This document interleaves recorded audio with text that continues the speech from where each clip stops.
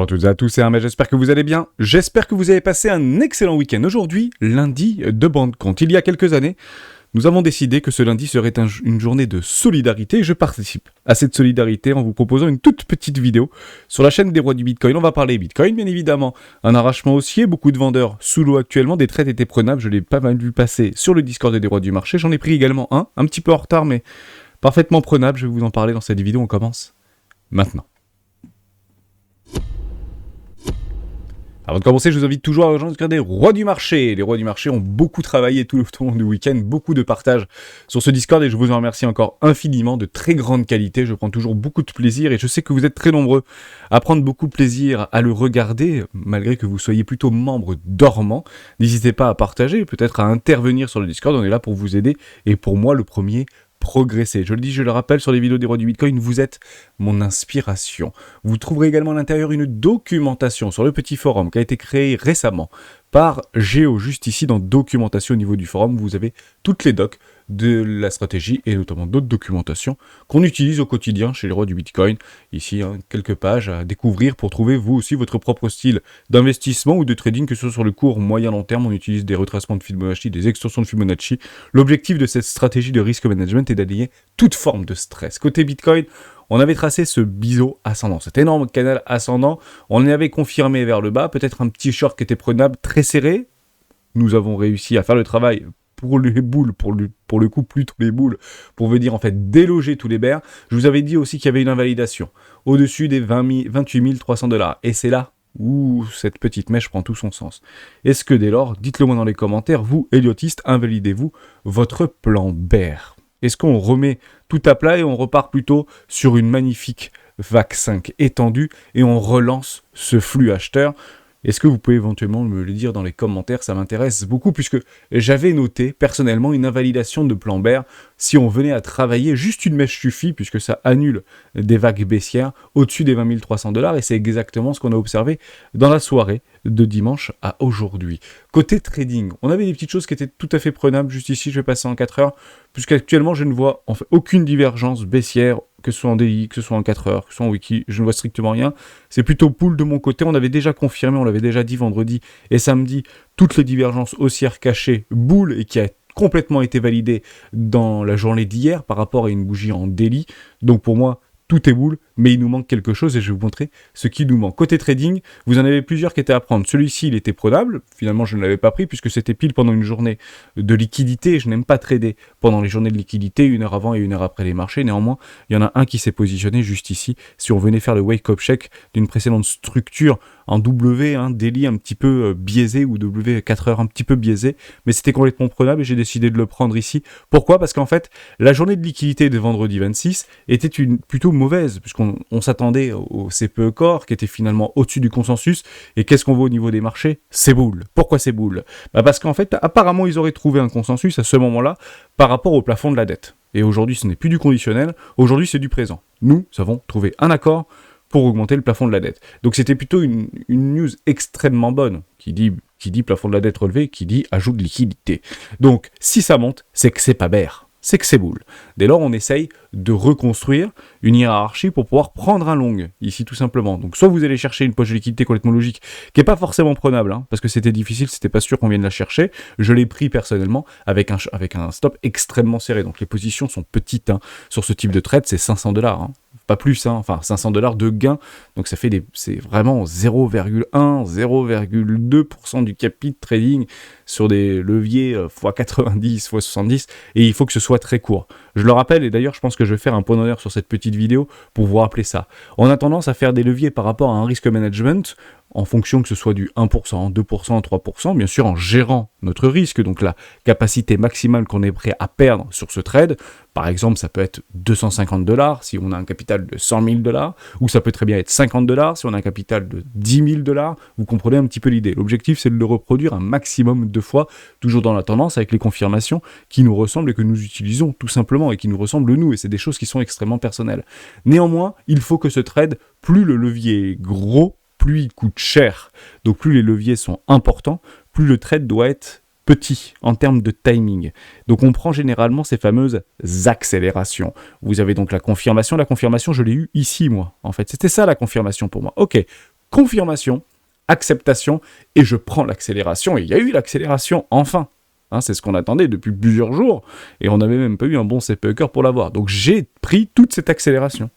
Je l'ai pris, je suis sorti. Où ça? TP numéro 1, TP numéro 2. Mais pourquoi je ne vais pas tirer en fait mon trade jusqu'au bout du monde là-haut? Parce que les leviers sont beaucoup trop importants et ça coûte beaucoup trop cher. Tout simplement. Parce que maintenant, si on se retrouve à faire ça pendant 20 ans, puisqu'on sait qu'ici, il y a des invalidations de plan Baird et qu'on est parti juste chercher le déséquilibre sur un premier arrêt d'un précédent mouvement et les 0,50% de gain, un marché peut retracer de moitié en moitié de temps, beaucoup de confluence nous amenait aux alentours des 28 000 $, et j'ai dit, je prendrai un TP sur les 28 000 $, tout simplement. Donc celui-ci a été pris, celui-ci n'a pas été pris, donc celui-ci, le stop a été pris, celui-ci, le trade n'a pas été pris, mais sur des leviers comme ça, c'est des montants qui sont relativement importants en termes de levier, dès lors, des trades relativement courts. En tout cas, c'est comme ça que je le travaille. Si j'avais par exemple fait plutôt quelque chose comme ça, pour faire un magnifique swing long, donc un truc, je sais pas moi, par exemple comme ça avec 6%, à ce moment-là, on peut aller chercher des objectifs plus grands, puisqu'ils coûtent beaucoup moins cher. Un levier en 70 ou 80, je ne dis pas qu'il ne faut pas les faire ou je ne dis pas qu'il faut les faire. Je dis juste que tout n'est que risque management. Le seul problème, c'est que les gros leviers, beaucoup ne savent pas les utiliser. Généralement, on a tendance à faire, je vais faire un levier 70, waouh, je suis dans le gain, je prends un petit TP, et puis derrière, allez, let's go les 50 000 $.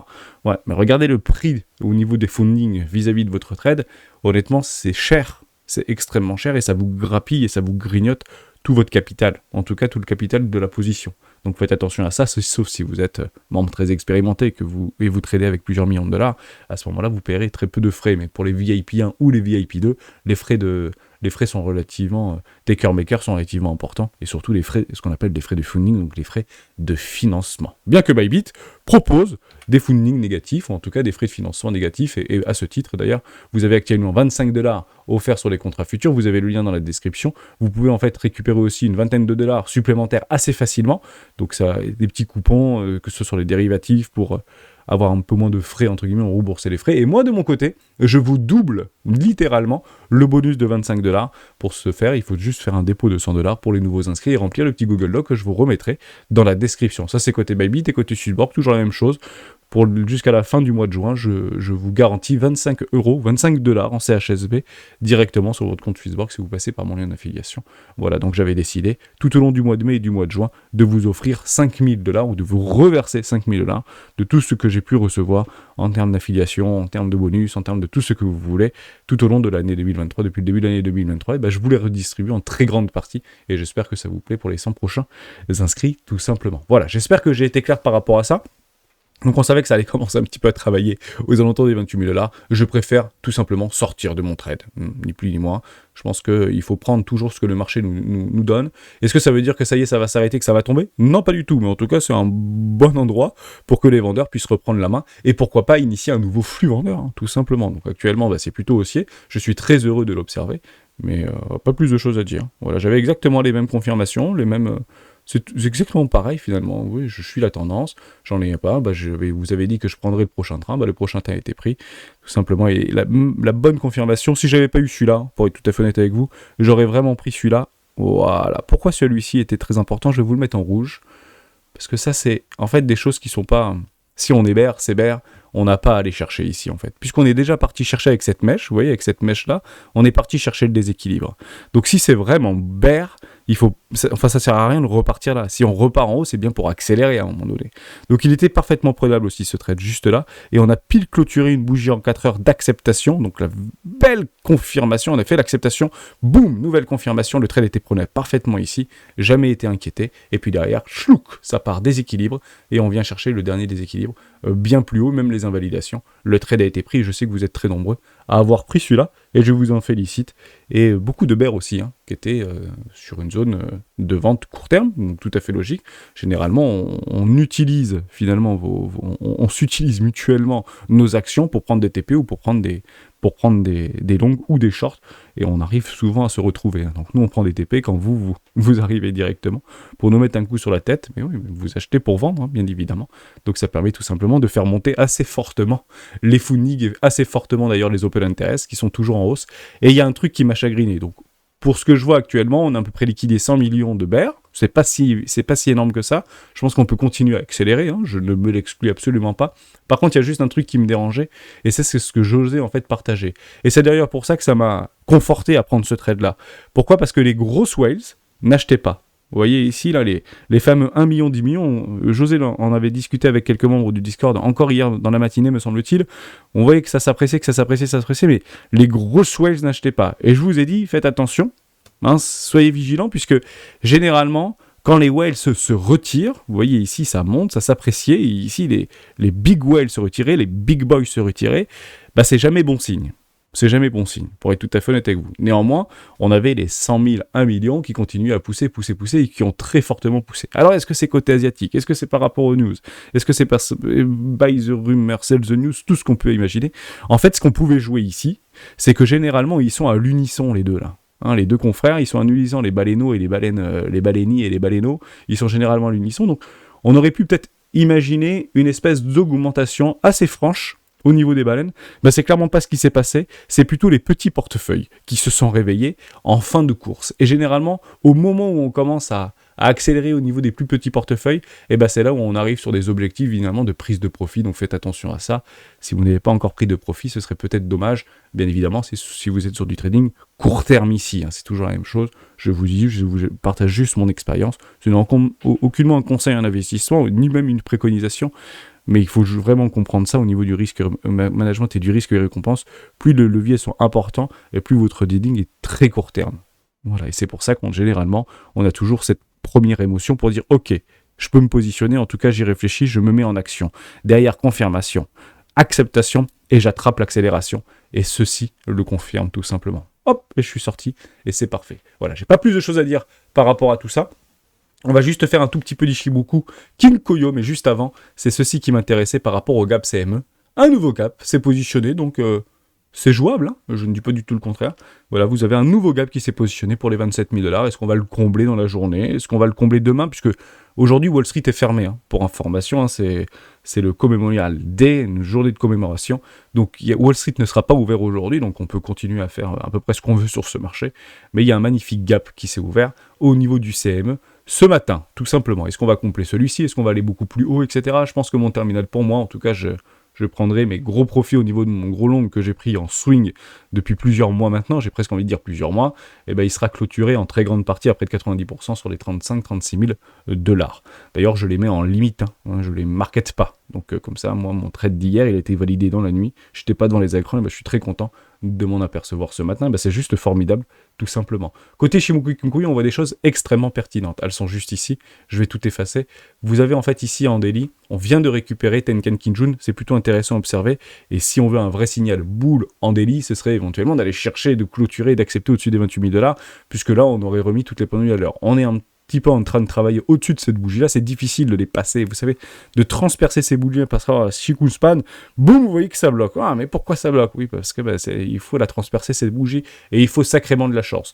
Mais donc, on a quand même la possibilité de continuer à grinder, juste ici, de passer par le petit ici, hop, un petit passage tranquille, et puis derrière, ça nous permettrait de passer, hop, devienne grain au niveau de la chic ou span, juste au-dessus de cette SSA, et ben c'est juste formidable. Géo, si tu m'entends, est-ce que c'est jouable ? Tout simplement.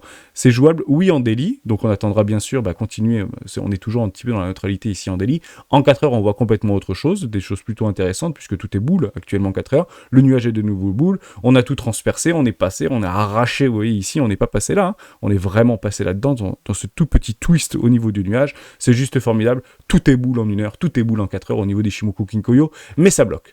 En weekly, pourquoi ? Parce qu'on est juste venu aller chercher, hop, je vais pas passer sur l'index, je vais passer plutôt sur Bittrex. Ici, on est en train de bloquer au niveau de notre Tenkan. Et ouais, on est bloqué sur la Tenkan. Donc voici une magnifique résistance dynamique. Ah, mais rien ne fait au hasard, hein. Tout le monde voit Ishimoku Kinkoyo, surtout sur des time frames en weekly, bizarrement ça bloque. Néanmoins, comme vous le voyez comme moi ici, je viens de le voir et je le remarque avec vous parce que je n'étais pas encore passé en weekly, ici vous avez une magnifique Morning Star, donc c'est même une Morning Star, une Doji Morning Star, c'est formidable de l'observer avec une clôture juste magnifique au-dessus des 27 800 $, bougie de ravalement, arrachement haussier. Honnêtement, ceci est une pattern en 3 candles en weekly de retournement haussier. Et là on peut aller chercher éventuellement nos petites extensions, sans pour autant se faire inquiéter au niveau des 26 000 $ ou les 25 800 et quelques dollars, notamment sur les contrats futurs, etc.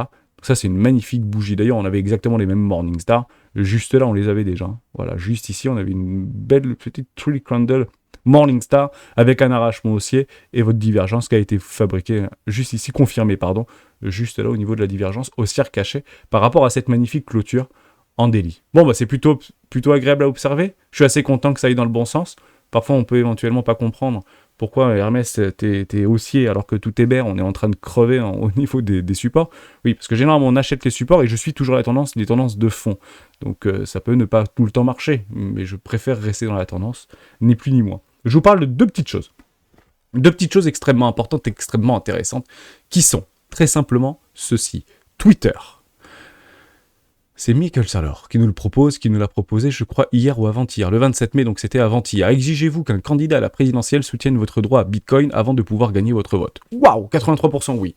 C'est pas rien parce qu'en fait, Michael Saylor est quand même très suivi aux États-Unis. C'est quand même une belle boîte, hein, même s'il est plutôt crypto-maximaliste. On le connaît aussi pour d'autres travaux qu'il a réalisés. Une magnifique boîte comme MicroStrategy qu'il a pu monter bien avant son appétence au niveau de Bitcoin et des technologies blockchain. 31 000 votes. Honnêtement, 31 000 votes, vous pouvez partir du principe que c'est relativement représentatif de la population américaine. Même s'il n'y a pas que des Américains qui votent, honnêtement, c'est beaucoup d'Américains qui le suivent, ce bonhomme-là. Et on peut partir du principe que je doute que les démocrates se mettent une balle dans le pied à s'enlever près de 13 ou 14%, si on prend les calculs par rapport aux 83%, on peut dire du 80-20, les fameuses lois de Pareto, à peu près 13%, peut-être voilà 13%, 14% au niveau des droits de vote, ça correspondrait grosso modo à 20 millions de votes. 20 millions de votes, vous perdez une élection présidentielle. Dès lors, qu'est-ce que je vois par rapport à ce vote-là ? C'est qu'en fait, Joe Biden, s'il brigue un nouveau mandat, et un second mandat au niveau de la présidence américaine, il ne peut naturellement pas et raisonnablement pas continuer à acculer les bitcoiners et à acculer les crypto-monnaies. Honnêtement, je ne vois pas comment c'est possible. S'il continue à aller dans ce sens-là, si ça vient à se confirmer, hein, c'est juste...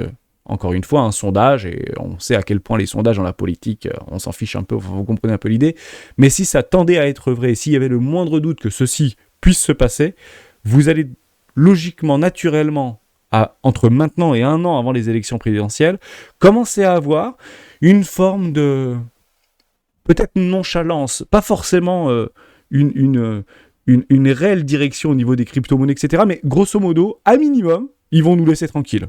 Grosso modo.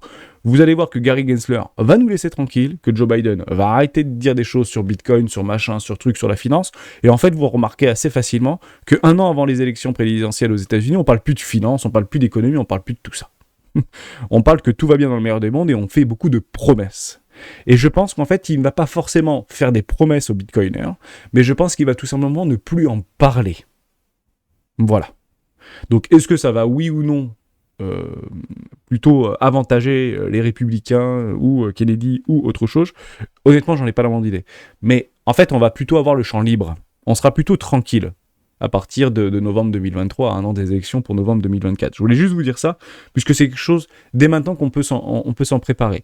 Donc on pouvait penser à une forme, on peut penser, et on peut toujours penser à une forme de forte bataille, une forte polarisation entre les démocrates et les républicains pour choisir un camp vis-à-vis des crypto-monnaies et des technologies blockchain. Mais on peut aussi imaginer qu'en fait que ce soit si vous voulez un non-débat, qu'on le sorte complètement du débat, si vous voulez. Et s'ils veulent le rentrer dans le débat, c'est plutôt les républicains qui vont continuer à acculer Joe Biden. Vous allez le voir comme ça, je pense que ça va arriver, hein, comme ça. Honnêtement, je pense pas vraiment me tromper ou être très éloigné de la vérité. Et Joe Biden va souvent botter en touche, si vous voulez. Quand il se posera des questions, et Bitcoin, qu'est-ce que vous en pensez, etc. C'est quelque chose qu'on prend en considération, des choses seront faites. On est en train de mettre en place un cadre réglementaire pour protéger les Américains. Voilà, ce serait une phrase que vous allez voir sortir en permanence, mais sans pour dire on est contre et on va légiférer et on va attraper dans les toilettes les mauvais scammers, etc. Ce sera beaucoup moins tranché que ce qu'on peut en fait actuellement entendre vis-à-vis des crypto-monnaies, puisque finalement c'est un être humain et il a sacrément réagi à chaud par rapport à FTX. Pourquoi ? Parce que quasiment tout son parti démocrate avait été rincé par Sam Bankman-Fried. Voilà. C'est pas complètement comme ça. Quand vous faites entacher par de la boue, vous avez qu'une seule chose, c'est frotter fort. Et c'est exactement ce que Joe Biden fait actuellement vis-à-vis des crypto-monnaies. Il frotte fort. en fait, pour s'en détacher. Et je pense que ça deviendra très probablement pour eux un non-événement ou un non-débat dans les prochaines semaines. Il faut le voir comme quelque chose de très positif, on sera juste moins embêté par ces gens-là. Des petites news qui sont très intéressantes, donc c'est ceci en fait qui a bien catalysé ce vendredi avec des magnifiques poussées haussières, que ce soit sur les indices, que ce soit sur S&P 500, que ce soit sur le Nasdaq, etc. et même sur les crypto-monnaies.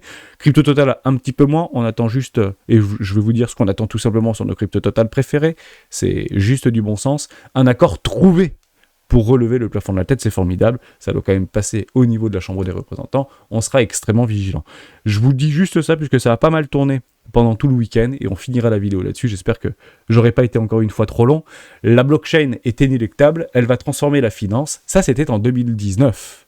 Donc, merci Kelly. Eva Kelly, merci pour toi, puisque vraiment tu nous as aidés et tu as essayé de pas militer, mais en tout cas défendre des intérêts nouveaux par rapport au gouvernement et par rapport au gouvernement européen. Je trouvais ça plutôt intéressant et on suivait beaucoup en fait Eva Kelly. Bon, blague à part, voilà ce qui s'est passé. Casse-prison pour l'eurodéputé Eva Kelly pour soupçonner de corruption en lien avec le Qatar. Est-ce que c'est du conspirationnisme? Est-ce que c'est tout ce que vous voulez? En tout cas, c'était en décembre 2022 et aujourd'hui, on reçoit la news. Qatargate. L'eurodéputé grec Eva Kelly va reprendre ses fonctions au Parlement. On lui a enlevé son bracelet. Voilà la défense de l'avocat. C'est extrêmement simple. Le scandale est éclaté en décembre quand les enquêteurs belges ont mis la main lors d'une perquisition à Bruxelles, notamment au domicile d'Eva Kelly et de Pierre Antonio Panzeri, sur environ 1,5 million d'euros en petits coupures répartis dans des valises et des sacs. Le juge d'instruction chargé de l'enquête, Michael Claes, soupçonne des versements de liquide, etc. Machin, tout ce que vous voulez. Et où est-ce que j'ai vu ça, puisque je le retrouve. Voilà, pardon, j'étais juste en dessous. Donc, a assuré vendredi que Pierre-Antonio Panzeri était le cerveau et que les empreintes digitales de Kelly n'avaient pas été retrouvées sur l'argent saisi par la police. Tout simplement. Donc, est-ce que Kelly est un dommage collatéral? En tout cas, je ne sais pas si elle le savait, mais en tout cas, ces empreintes n'ont pas été retrouvées sur les billets ou sur la valise qui a été retrouvée lors de cette perquisition. Dès lors, débrouillez-vous entre vous, mais elle devrait reprendre ses fonctions, même si peut-être que son nom, si vous voulez, ne sera pas complètement blanchi. Et il ne faut pas croire que ça va être finalement une épine dans le pied par rapport aux technologies blockchain et crypto-monnaies. Je pense pas. Je pense que c'est plutôt bon, en fait, pour nous, puisque finalement, ça va dans le sens de la transparence, de la liberté et de la justice, si vous voulez, au niveau de ces technologies qui pourraient apporter, bien sûr, il y a deux grands... Ça peut être néfaste, ça peut être... politisé, ça peut être tout ce que vous voulez, mais finalement l'ADN et l'idéologie même de cette liberté, je pense qu'elle est réelle, et je pense qu'il faut l'accompagner, et elle l'accompagne très bien, donc à vous de choisir, est-ce qu'on la blanchit complètement, et est-ce qu'on la réintègre finalement dans des discours et dans des tweets et dans des choses comme ça par rapport à ces interventions pour... En défense, si vous voulez, à ces émergences technologiques, bah moi je prendrai très probablement le parti de oui lorsque ce sera bien évidemment jugé. Tout simplement. Donc, corrompu ou pas corrompu, justice corrompue ou pas corrompue, justice reste la justice. Et il faut, bien évidemment, pour continuer à vivre dans ce monde civilisé, bah, malgré nous, leur faire confiance. C'est, je pense, super important. Juste ça, hein, juste pour la petite blague et le petit clin d'œil, quand on parle de corruption et que quand on va en prison et puis finalement on est réintégré dans nos fonctions en Europe, et bah Gemini... confirme son envie d'aller en Europe, bizarrement, dans la même semaine qui a précédé cet événement, par rapport à encore une fois cette pression réglementaire et législative aux États-Unis qui est de moins en moins supportable, notamment pour Gemini, bah probablement va venir nous rejoindre en Europe. On ne le sauvera pas, hein, il faut le savoir. Hein. Je pense que Gemini, c'est quand même avec les jumeaux en ex-Facebook qui sont quand même très attachés aux États-Unis. Je pense pas honnêtement qu'on leur fasse... on leur ouvre, je peux me tromper, mais je pense pas qu'on leur ouvre vraiment les bras, et ils sont actuellement en très grande difficulté, Gemini, donc j'espère que ça ira bien, j'espère juste qu'ils trouveront des solutions avec leurs propres lobbyistes au sein de Gemini pour éventuellement les convaincre, leurs amis démocrates, pour pouvoir trouver des solutions, notamment sur la législation. C'est ça leur boulot, c'est ça qu'on attend en fait de nos échangeurs préférés, qu'on aime Gemini ou qu'on n'aime pas, bah, c'est qu'ils aillent dans le sens de l'adoption, qu'ils aillent dans le sens de la rationalité législative, etc. Enfin, du bon sens, si vous voulez. Voilà. Pas plus de choses à dire, je finis juste sur qu'est-ce qui nous manque sur ce marché pour qu'on continue à pumper et pour valider réellement cette petite jambe haussière comme valide. Il nous faut, bon sang, des volume. Et actuellement, croyez-moi, il n'y a pas de volume sur ce marché. Ce sont des volumes qui sont même décroissants en 4 heures. Juste ici, on le voit très bien, il n'y a pas de volume sur ce marché. Ça fait strictement rien. Vous passez en daily, il n'y a pas de volume sur ce marché. Il n'y en a pas. Voilà. Ça, ce n'est pas haussier. Les volumes sont décroissants. On a des M et des M et des M et des M sur le volume. C'est pas exactement ce qu'on attend. Donc, beaucoup diront, et je partage cette idée-là, c'est qu'actuellement, ce pump n'est pas sain. On veut une augmentation franche au niveau des volumes. On veut qu'on aille péter tous les précédents highs au niveau des volumes. Voilà ce que j'attends. Voilà ce qu'on attend. Boule, voilà ce que vous attendez. On sera patient et on sera extrêmement attentif. Merci à toutes et à tous d'avoir suivi cette vidéo jusqu'au bout. On se retrouve demain dans une vidéo d'actualité.